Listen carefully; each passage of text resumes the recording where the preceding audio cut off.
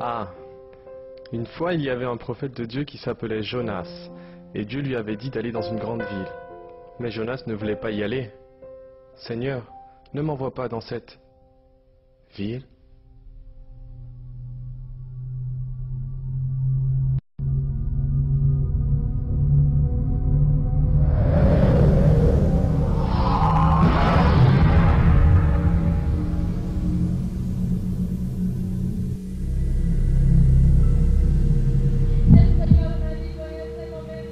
Le Seigneur me dit, à ce moment-là, ma fille, en ce temps-là, le Saint-Esprit ne sera plus sur la terre.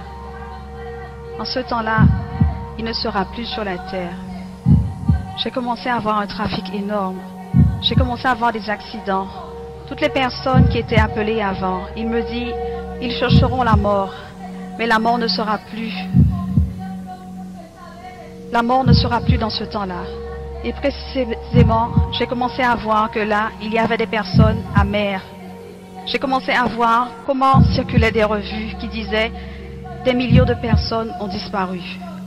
Beaucoup de ceux qui savaient que Christ venait pour un peuple saint et aussi ceux qui avaient connaissance de sa parole pleuraient dans les rues. Il y en avait tant, mais ils ne pouvaient rien faire. Et le Seigneur ferma l'écran et il me dit, je viens là chercher un peuple saint. Je viens bientôt chercher mon église. Veille sur ce que tu fais pour accomplir ce que je t'ai demandé. Dis à mon peuple que je reviens d'ici peu. Dis à mon peuple que je reviens déjà. Le Seigneur me dit, dis à mon peuple que je reviens déjà. Et que je viens pour un peuple saint. Dis à mon peuple que c'est seulement les saints. C'est seulement les saints qui me verront. Le temps est proche. Le Seigneur a permis de signaler et révéler à l'humanité ce qui arrivera. Aujourd'hui, c'est le temps du salut. Et que tu invites ta vie à ton unique sauveur, Jésus. Prends ce temps de choisir ta destinée. La vie ou la mort. Le ciel ou l'enfer. Jésus ou le diable. C'est très clair, d'appartenir à Dieu ou d'appartenir au diable, de faire le bien ou de faire le mal. Ton choix sera ta destinée, vie éternelle ou étang de feu.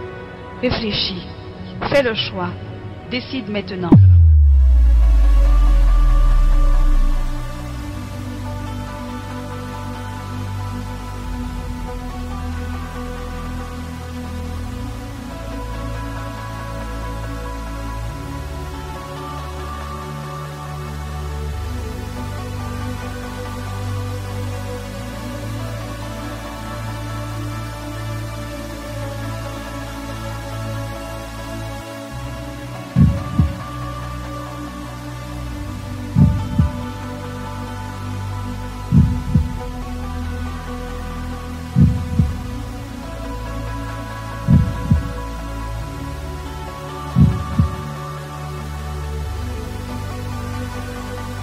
Et ainsi, le Seigneur dit, ma fille, il est dans ce lieu car il rejetait ma parole. Et la parole de justice que j'ai donnée, c'est elle qui le jugera au dernier temps. À ce moment, je pleurais, mais le Seigneur ne pleurait pas comme nous le faisons ici sur terre. Il pleurait avec une douleur dans son cœur. Et il dit, je n'ai pas fait l'enfer pour l'humanité. Et j'ai dit, pourquoi les hommes sont-ils là, Seigneur? Il me dit, c'est que l'enfer a été fait pour Satan et ses anges. Seulement pour les démons, mais à cause du péché, à cause du manque de repentance, des hommes viennent dans ce lieu. Et nombreux sont ceux qui se perdent que ceux qui viennent dans ma gloire. Et cela me faisait mal de voir comment il pleurait. À ce moment, il me dit, ma fille, j'ai donné ma vie pour l'humanité, non pour qu'elle se perde, non pour qu'elle vienne dans ce lieu. J'ai donné ma vie par amour et par miséricorde pour que l'humanité vienne à la repentance et rentre dans le royaume des cieux. Va leur dire que je suis celui qui pardonne les péchés. Va leur dire de se tourner vers moi, de venir car je les attends avec mes bras grands ouverts et que je suis celui qui pardonne.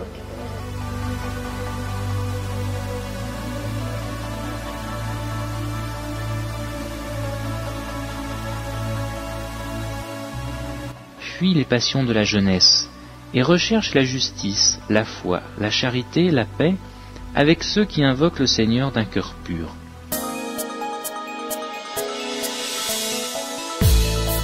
Dieu dit encore dans sa parole, oui toi jeune homme, jeune fille, réjouis-toi dans ta jeunesse, sache qu'un jour, y a un jugement qui t'attend. Parce que la jeunesse me présente, c'est quoi mon bien-aimé? C'est la passion, les plaisirs qui ne sont que jumeaux de la mort au visage. Le Seigneur te jugera, jeune homme, jeune fille. Ne savez-vous pas que les injustes n'hériteront pas le royaume de Dieu?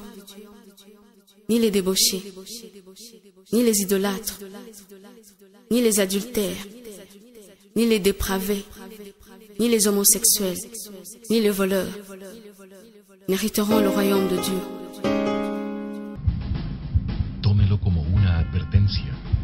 Prends-le comme un avertissement et réfléchis un moment à ce que tu vas voir dans ce témoignage.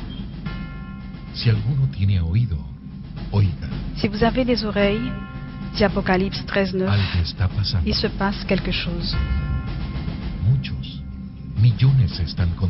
Des millions de personnes sont en train de se condamner et elles ne le savent pas. Il reste très peu de temps et des signes prophétiques sont en train de s'accomplir. Hola, bonsoir. Je m'appelle Angelica Elizabeth Sombrano Mora.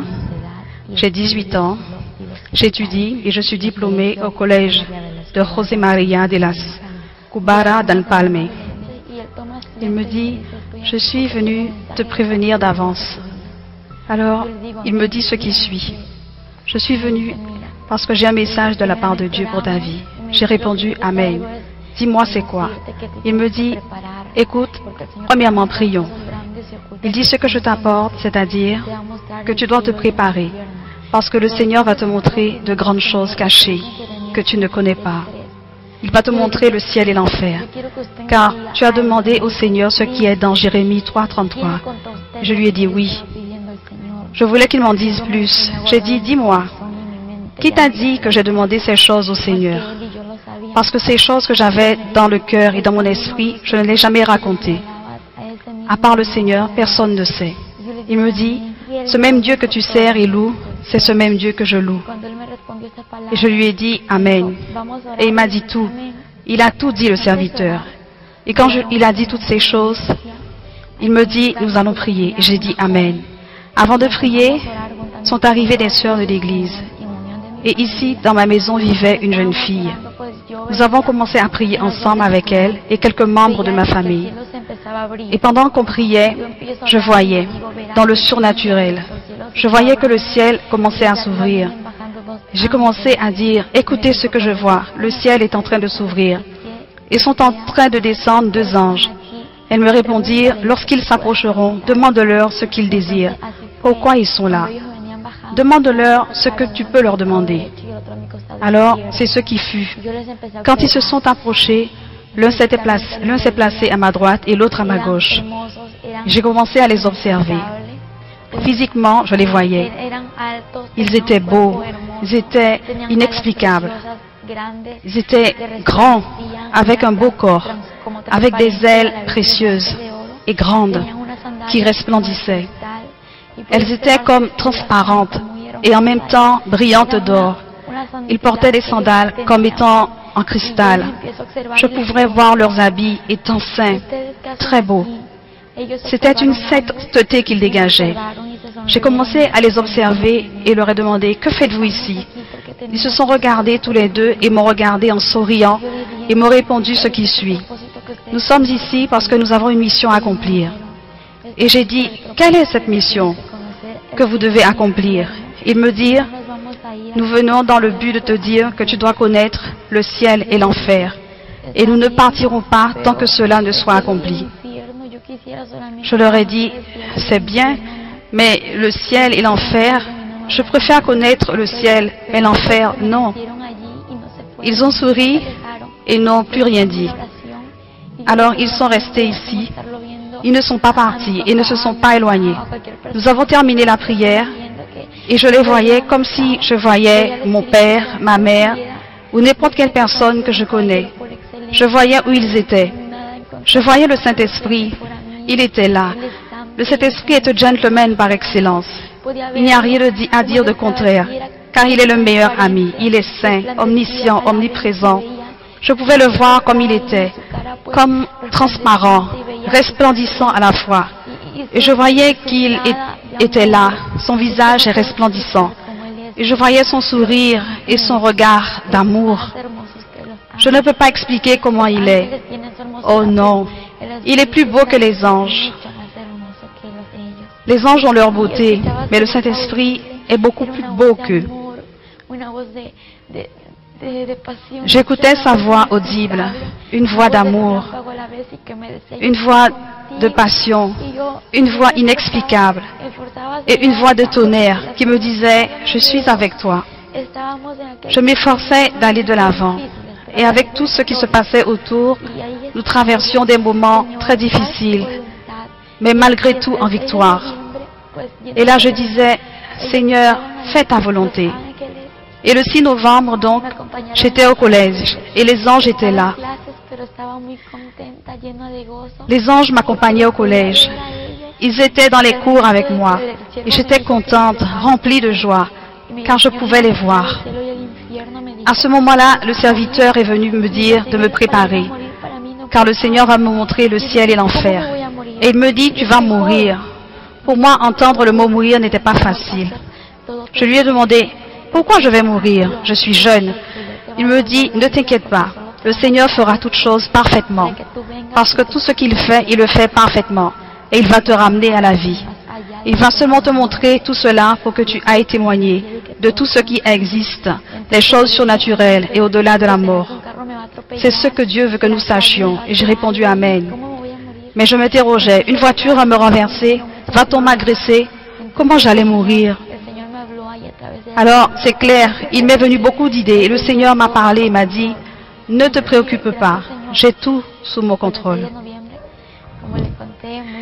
Et j'ai dit, merci Seigneur. Alors, ce 6 novembre, je les voyais tout beaux. Ils allaient au collège, à ma maison, souvent avec moi. Je faisais mes devoirs avec eux. Ils étaient là avec moi. Ils louaient le Seigneur. Ils ne me parlaient pas. Ce qu'ils faisaient, c'est dire « Saint, Saint, Alléluia ». Donnez gloire, honneur, louange à notre Père céleste. Amen. Aussi était là le Saint-Esprit, accompagné des anges. Je me réjouissais, je me rendais compte que beaucoup disent que l'Évangile est ennuyant. Mais c'est vraiment un grand mensonge du diable, pour qu'aucun ne connaisse et ne cherche sa présence. Moi aussi je le disais. Mais maintenant que je connais la présence du Seigneur et je connais le Saint-Esprit, les anges, je peux dire que c'est le mensonge du diable qui dit que l'Évangile est ennuyant. C'est la meilleure chose qu'il y ait sur la terre. Car lorsque je les voyais, je jouais avec eux, je parlais avec le Saint-Esprit. Mais les anges ne parlaient pas, ils ne faisaient qu'adorer le Seigneur. Le Saint-Esprit m'accompagnait, il était là, je pouvais le sentir, je pouvais le voir, je pouvais dire tout ce qu'il faisait au moment de prier, au moment de manger et au moment de parler. Je pouvais le voir se lever, se mettre debout. Je lui ai réservé une place pour qu'il puisse s'asseoir, parce qu'il est là. Personne ne... Alors que beaucoup ne le voient pas, il est là. Cette relation, nous la continuons parce qu'il ne faut pas arrêter notre relation si proche. Une fois que c'est comme cela, refuser, non. Parce que le Seigneur m'a enlevé de tout ce que je vivais avant. Je le rends grâce pour sa miséricorde, pour tout son amour envers l'humanité et envers moi. Le 7 novembre, quand je sortais du collège pour rentrer chez moi, il me manquait une quinzaine de pas avant de rentrer chez moi. J'ai entendu une voix qui m'a dit « Prépare-toi, car aujourd'hui tu vas mourir. » Je savais que c'est le Saint-Esprit qui était en train de me parler. Parce que je l'entendais, j'ai reconnu sa voix. Et je lui ai dit, non Seigneur, je ne veux pas mourir aujourd'hui. Encore une fois, il me dit, prépare-toi, car aujourd'hui tu vas mourir. Et il a élevé sa voix et il me le dit plus fort. Et j'ai dit, Seigneur, je sais que c'est toi qui me dis tout cela et qui me parle. Je veux juste te demander une confirmation. Et donc, je veux dire, Seigneur, je te demande une confirmation et ensuite, je ferai tout ce que tu veux. Je ferai tout ce que tu dis. Tout ce que tu me dis m'ordonnera. Je céderai sans dire non. Même si j'ai peur, je sais que tu es avec moi et que tu es réel. Et à ce moment-là, je lui dis, Seigneur, que ton serviteur qui m'a donné ton message vienne dans ma maison maintenant, avant que je rentre, et qu'il me dise que c'est aujourd'hui ce que tu viens de me dire, mais aussi qu'il me donne l'heure. Et j'allais chez moi. Là, il me manquait une quinzaine de pas. Mais c'est quelque chose. Le Seigneur connaît notre passé, notre présent, notre avenir. Il savait ce que j'allais lui demander. Si bien, quand je suis arrivée chez moi, le serviteur était déjà à la maison. À cet instant, j'ai dit Amen, mais j'avais très peur de mourir. J'ai dit, je ne veux pas mourir, non, Seigneur, j'ai très peur, j'ai peur. À cet instant, il me dit, non, nous allons prier pour que cette peur que tu ressens parte. Au nom de Jésus. Et j'ai dit, Amen. Nous avons prié. Pendant qu'on priait, j'ai senti que cette peur est sortie de moi. J'ai senti une joie me venir. Et ce que je sentais, c'est que cette peur de mourir m'était passée. J'ai commencé à rire, à rire. Et tous me voyaient, que je n'étais plus triste comme avant. J'avais une joie que je ne peux pas expliquer. Je me mettais à rire, à chanter. Et à ce moment, j'ai vu qu'il y avait du chocolat, beaucoup de choses que mon papa avait achetées. J'ai dit, je vais manger de tout. J'ai mangé tellement de choses. J'ai dit, Seigneur, si je ne reviens pas, j'ai mangé de tout. Tous riaient. Et je dis, je vous offre tout dans ma maison. Aussi était là une jeune fille qui vivait avec nous. Il y avait beaucoup de frères de l'église. Ils me regardaient et dirent, qu'est-ce qui t'arrive? Pourquoi es-tu comme ça? Tu n'es plus triste, tu es contente, tu es joyeuse. Je répondais, oui, parce que je vais voir le Seigneur. Je vais être avec lui, mais je ne sais pas si je reviendrai. Je vais faire quelque chose. Ils dirent, que vas-tu faire? Je vais offrir mes affaires. Ils me regardaient, tu vas offrir tes affaires? Ma mère, surprise, m'a regardé comme ça. Alors, j'imaginais ma mère triste d'entendre sa fille dire tout ça. Car une maman aime ses enfants. Je m'imaginais ce qu'elle ressentait à ce moment-là, quand j'ai dit tout ça. Elle devait être mécontente. Quand j'ai dit tout cela, j'ai commencé à offrir mes affaires, mes robes, mon lit, mon cellulaire, tout, mais avec une condition. Je les offrais, mais si je revenais, elles auraient à me les rendre. Alors, ils riaient tous, parce que le Seigneur ferait tout ce qu'il avait à faire. Si elle ne les rendait pas, elle garderait un souvenir de moi. Et tous riaient, et moi aussi je riais. Je me comportais ainsi car rien de tout cela n'allait se faire. Nous avons commencé à prier. Tout le monde m'observait. J'ai commencé à prier et à ce moment j'ai dit, Seigneur, dans ma prière, Seigneur, je veux faire ta volonté ici sur la terre. Et tu m'as dit que tu n'es pas un homme pour mentir, ni un fils d'homme pour te repentir, et tu es réel. Ce que tu m'as promis d'accomplir, je sais que tu vas l'accomplir. Si tu sais que je ne serai pas fidèle sur la terre, garde-moi avec toi. Et si je ferai ta volonté, ramène-moi sur la terre. Aide-moi à dire la vérité, à me préparer, à prêcher, à dire aux gens de se repentir. Je ne veux pas aller en enfer, je veux faire ta volonté. Et alors, Seigneur, je ferai ta volonté, je ne veux pas me perdre. C'était ma courte prière. Je l'ai raconté au serviteur et je lui ai dit, promets-moi de ne rien dire à maman de ce que j'ai demandé au Seigneur. Alors il dit, bon, je te promets de ne rien lui dire. Mais maintenant, après que le Seigneur t'aura pris, je lui dirai. Et j'ai dit Amen. Nous étions en train de prier en cercle avec les frères qui étaient là. Nous avons prié tous ensemble réunis.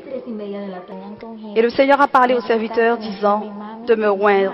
Et à cet instant, ma maman, une sœur de l'église, c'était la sœur Fatima, elle semblait alors m'avoir ointe jusqu'aux pieds. Quand elles m'ont ointe avec de l'huile, m'ont mouillé, j'ai senti quelque chose me couvrir. C'était comme un verre en cristal qui était en train de me couvrir. C'était inexplicable comment je me sentais, couverte d'une carapace. Je ne peux pas expliquer comment était cette carapace. Quand je voulais me toucher, je ne pouvais pas me toucher, seulement comme ça. Pendant la prière, je pouvais sentir que mon souffle s'en allait. Je ne pouvais pas respirer comme avant, comme je le fais maintenant. Mon abdomen me faisait mal, et aussi au niveau de mon cœur. Mon sang commençait à coaguler. J'ai senti une douleur dans tout mon corps. La seule chose que j'ai dit, donne-moi la force, donne-moi la force. Ne me laisse pas, donne-moi la force, Seigneur. Car je ne pouvais plus, je ne sentais plus ma force. Elle m'a quitté. Quand je regardais le ciel dans le spirituel, je n'avais pas les yeux ouverts. C'est dans le surnaturel que je voyais le ciel. Et que le ciel commençait à s'ouvrir. Et quand s'ouvrait le ciel, je voyais des anges. Il n'y avait pas ni 2 ni 10, mais des millions qui se réunissaient. Au milieu des millions d'anges, il y avait une lumière au milieu d'eux. Au travers, on pouvait voir 10 000 fois plus d'anges que ceux qui étaient au sol. J'ai dit, Seigneur, c'est toi qui viens ici. Je me rendais compte que mon corps mourait quand nous étions ensemble. Je sentais que je n'étais plus là, que j'étais en train de partir. Je n'étais plus là. Je n'étais plus vivante. Je sentais que j'étais en train de mourir, d'agoniser. Mon corps est tombé par terre. Quand mon corps est tombé par terre, je pouvais voir ici, et toute la maison était remplie d'anges. Au milieu de ces anges, il y avait cette lumière qui brillait, comme le soleil. Et quand c'était difficile, ce qui se passait à moi, c'était mon âme, mon esprit qui se détachait tout soudainement, tragiquement. J'ai vu mon corps qui gisait sur le sol, et je me voyais au sol. Et le Seigneur dit, et j'ai dit au Seigneur, que se passe-t-il? Je lui demandais en pleurant, et tellement désespéré, car c'était inexplicable. Seigneur, qu'est-ce qui m'arrive? C'est quoi ça? Et à cet instant, j'ai vu mon corps. Je voulais le toucher, le ramasser. Je voulais rentrer dedans. Mais quand j'allais le toucher, c'était comme du vent. Je ne pouvais pas le toucher. Ma main passait au travers. Je luttais, je luttais. J'appelais autour de ceux qui priaient et personne ne m'écoutait. Et puis, désespéré, j'ai dit, Seigneur, aide-moi, aide-moi, Seigneur. Et à ce moment, j'entendais une voix qui me disait, c'était une voix, une belle voix. La voix du Seigneur est une voix détonnante et d'amour. Il m'a dit, n'aie pas peur ma fille, car je suis Jéhovah ton Dieu. Je suis venu ici pour te montrer ce que je t'avais promis. Lève-toi, car je suis Jéhovah qui te soutient de ta main droite. Et je te dis, n'aie pas peur, je vais t'aider. Et très vite, je me suis levée. Je me suis levée car j'étais en train de pleurer. Je voyais mon corps, je voulais y entrer et je ne pouvais pas. Je me suis levée et j'ai commencé à marcher. Et les anges ont commencé à s'écarter. Et alors, quand ils ont commencé à s'écarter, la lumière commençait à apparaître, à refléter. Regardant, j'ai regardé, et quand j'ai regardé, j'ai senti une paix. Dès que j'ai entendu sa voix, la peur que j'avais m'ont quitté. Quand j'ai regardé vers le ciel, j'ai vu un homme grand et élégant, un homme musclé, un homme rayonnant et beau. J'ai regardé son visage, mais je ne pouvais pas voir son visage, car son visage reflétait une gloire. Je voyais ses cheveux couverts d'or brillant et son vêtement blanc. Et une bande posée au travers sur sa poitrine avait inscrit « Roi des rois, Seigneur des seigneurs ». Quand j'ai commencé à observer tout cela, quand j'ai regardé ses pieds, et voyant ses pieds, j'ai vu des sandales en or qui resplendissaient, d'un or brillant. Ils étaient beaux. Il m'a tendu la main et j'ai pris sa main.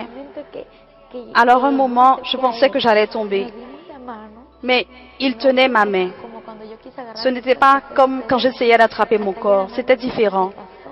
En touchant ma main, ce n'était pas comme nous. C'était tant, je ne sais pas, mais surnaturel. Alors je me disais, mais qu'est-ce qui se passe? Il me dit, je vais te montrer l'enfer. pour que tu ailles dire à l'humanité que l'enfer est réel, que l'enfer existe. Et de même, je vais te montrer ma gloire, pour que tu dises à mon peuple de se préparer, car ma gloire est réelle et que je suis réel. Insistant, il me dit, ma fille, n'aie pas peur. Il me l'a répété et j'ai dit, Seigneur, c'est le ciel que je veux voir, mais l'enfer, non. Car on dit que l'enfer est horrible. Il me dit, ma fille, je serai avec toi. Je ne te laisserai pas dans ce lieu.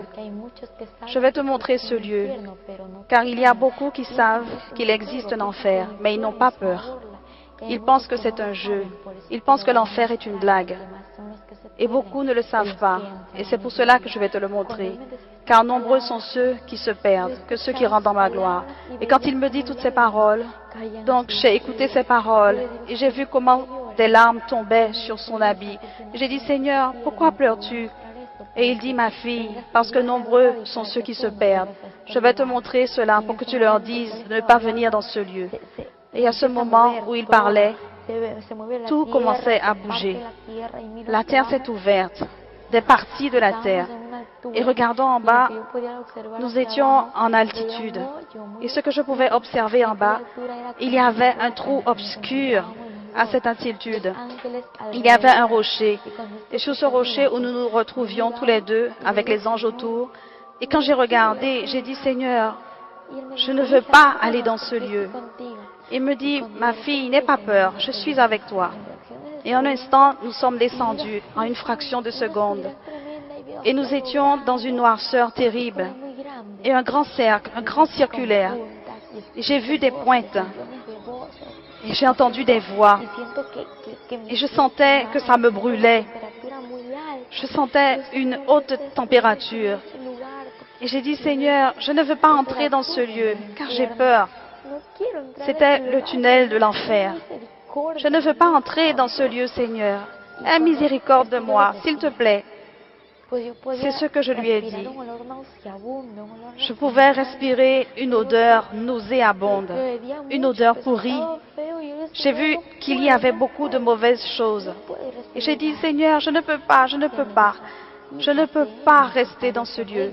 Il me dit, ma fille, c'est nécessaire que tu viennes pour connaître ce lieu. J'ai dit, pourquoi, Seigneur? J'ai dit, pourquoi? Il pleurait et il me dit, pour que les hommes soient sauvés et qu'ils ne se perdent pas. Ils se perdent et sont peu ceux qui viennent dans mon règne. Il pleurait et commençait à marcher. Et quand il parlait, ses paroles me donnaient de la force. Nous avons marché encore et quand rapidement nous sommes arrivés à la fin du tunnel, la chose qui m'a surpris, c'est quand j'ai regardé au bas du tunnel. Je pouvais observer un grand abîme rempli d'âmes. Et j'ai dit, Seigneur, je ne veux pas rester ici. Et il me dit, ma fille, prends ceci. Et c'était un grand carnet au milieu duquel il y avait des feuilles, comme des fichiers, et dans lequel les feuilles étaient blanches, ornées d'or. Et il m'a remis un crayon et il m'a dit, prends ce crayon, pour que tu puisses écrire tout ce que je te montrerai, ce que tu verras et ce que tu entendras, tout ce que tu devras écrire, comme tu l'auras observé, comme tu l'auras vécu. J'ai dit, Seigneur, je vais le faire, mais ce que j'ai déjà vu, c'est beaucoup, Seigneur. Je voyais comment les âmes étaient tourmentées en bas et comment les flammes étaient immenses. Je voyais comment, dans cette obscurité, je pouvais observer ces flammes. Je vais le témoigner. Je vais l'écrire que c'est réel, que l'enfer existe. Maintenant, sors-moi de là. Il dit, ma fille, nous ne pouvons pas sortir de ce lieu. Je ne t'ai rien montré. Tu veux que je te sorte dans ce lieu? J'ai dit, Seigneur, s'il te plaît, enlève-moi de là. Nous avons commencé à descendre dans un lieu plus bas, un lieu où le Seigneur m'a tiré pour y aller. Nous devions y descendre en même temps. Et j'ai commencé à pleurer et à le supplier. Et j'ai dit, Seigneur, non, non, non, je ne veux pas y aller. Il dit, c'est nécessaire pour que tu vois tout ça. J'observais des démons si horribles, vraiment horribles. Je les observais, ils étaient grands. Il y avait des démons géants, petits et de toute taille. J'observais comment ils couraient. Ils couraient d'une manière inexplicable. Leur vitesse était si rapide et je voyais des flèches à leurs mains. Et j'ai dit, Seigneur, pourquoi courent-ils ainsi? Et qu'ont-ils à la main? Il dit, ma fille, ils courent ainsi car ils savent que leur temps se termine, car le temps est très court. Le temps qui leur reste pour détruire l'humanité et spécialement mon peuple. Quand il me dit cela, il dit, ce qu'ils ont à leurs mains, ce sont des traits enflammés pour détruire l'humanité. Chaque démon porte son nom. Alors ils avaient leur nom, le nom que portaient leurs flèches, pour détruire les gens et les emmener dans ce lieu. Car leur but, c'est de détruire et les emmener en enfer. Je voyais les démons, comment ils couraient en direction de la terre. Le Seigneur me dit, ils courent vers la terre pour amener les hommes dans ce lieu. Quand le Seigneur a répondu cela en pleurant, je pleurais beaucoup. Et pendant tout ce moment, je pleurais. Parce que être dans ce lieu n'est pas facile. C'est quelque chose de différent de le raconter que l'expérimenter. C'est différent quand tu l'entends, quand c'est raconté. Et il faut vivre, car le vivre est très difficile. C'est inexplicable dans ces moments-là. À nouveau, le Seigneur me dit, es-tu prête pour ce que je vais te montrer? J'ai dit, oui Seigneur. Il m'a amené à une cellule où je pouvais observer un jeune. Ce jeune était tourmenté dans les flammes. J'ai regardé plus haut et j'ai vu des cellules numérotées. Elles étaient numérotées et ce que je voyais, c'était des numéros. Mais je ne les comprenais pas. Ils étaient comme à l'envers, ces chiffres. Je voyais une très grande plaque sur cette cellule. J'ai vu un jeune qui avait le chiffre 666 sur le front. Sur sa poitrine, il y avait une grande plaque incrustée. C'était incrusté dans sa peau. Il ne pouvait rien faire. Ni les vers, ni le feu ne pouvaient la détruire. Ce jeune criait, « Seigneur, aie miséricorde de moi. Enlève-moi de ce lieu. Pardonne-moi, Seigneur. » Et il pleurait, demandait au Seigneur de l'enlever de ce lieu. Et à cet instant, le Seigneur lui dit, « C'est trop tard, vraiment trop tard. Je t'ai donné des opportunités. Tu n'es pas venu te repentir. » J'ai dit, « Seigneur, pourquoi est-il dans ce lieu? Ce qui m'a blessé, c'est quand je l'ai vu, je le connaissais. Il était un jeune qui sur la terre connaissait la parole de Dieu. Et tout à coup, il s'est éloigné du chemin, préférant la drogue et l'alcool. Et il s'est écarté du chemin. Alors, il ne préférait pas la voix du Seigneur. Et le Seigneur l'a averti plusieurs fois de ce qui pourrait lui arriver. Et ainsi, le Seigneur dit, « Ma fille, il est dans ce lieu car il rejetait ma parole. Et la parole de justice que j'ai donnée, c'est elle qui le jugera au dernier temps. » À ce moment, je pleurais. Mais le Seigneur ne pleurait pas comme nous le faisons ici sur terre. Il pleurait avec une douleur dans son cœur. Et il dit, « Je n'ai pas fait l'enfer pour l'humanité. » Et j'ai dit, « Pourquoi les hommes sont-ils là, Seigneur? » Il me dit, « C'est que l'enfer a été fait pour Satan et ses anges. Seulement pour les démons, mais à cause du péché, à cause du manque de repentance, des hommes viennent dans ce lieu. Et nombreux sont ceux qui se perdent que ceux qui viennent dans ma gloire. » Et cela me faisait mal de voir comment il pleurait. À ce moment, il me dit, « Ma fille, j'ai donné ma vie pour l'humanité, non pour qu'elle se perde, non pour qu'elle vienne dans ce lieu. J'ai donné ma vie par amour et par miséricorde pour que l'humanité vienne à la repentance et rentre dans le royaume des cieux. » J'avais très mal et je voyais ici que je ne pouvais pas supporter ce qui était vécu. Et alors c'est là que le Seigneur me donnait de voir comment tant de gens venaient dans ce lieu. Et j'ai dit, Seigneur, je veux que tu me dises si dans ce lieu j'ai de la famille. Il m'a regardé et je pleurais. Et il me dit, ma fille, je suis avec toi, car j'avais très peur. Mais avec lui, je me sentais en sécurité, mais en même temps, j'avais peur. Et j'ai dit, ne me laisse pas, je ne veux pas rester dans ce lieu. Et je lui ai demandé si j'avais de la famille. Il m'a amené à une prison Mais jamais je n'ai imaginé que dans cette cellule, nous allions rencontrer une personne de ma famille. Et j'ai vu cette femme qui était tourmentée, et comment des vers étaient sur son visage. Comment elle était tourmentée. Les démons lui lançaient des flèches sur le corps. Et quand cela se faisait, elle criait et disait: non, Seigneur, aie miséricorde de moi, pardonne-moi, enlève-moi de ce lieu, 1 minute. Le pire, c'est que ce tourment est réservé à tous ceux qui viennent ici de la terre.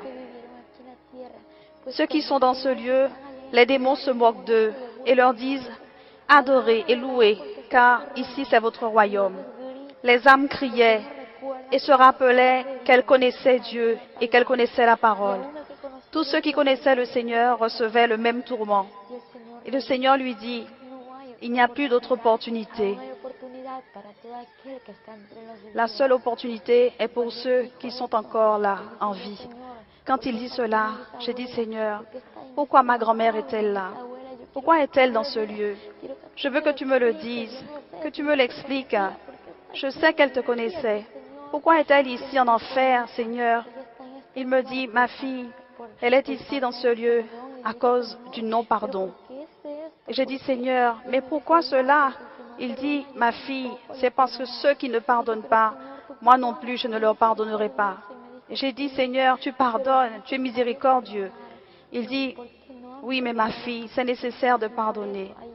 Elle n'a pas pardonné beaucoup de personnes et c'est pour cela qu'elle est dans ce lieu. Beaucoup de personnes y sont par manque de pardon. Et quand il me dit ces paroles, il dit: va dire à l'humanité que c'est le temps de pardonner.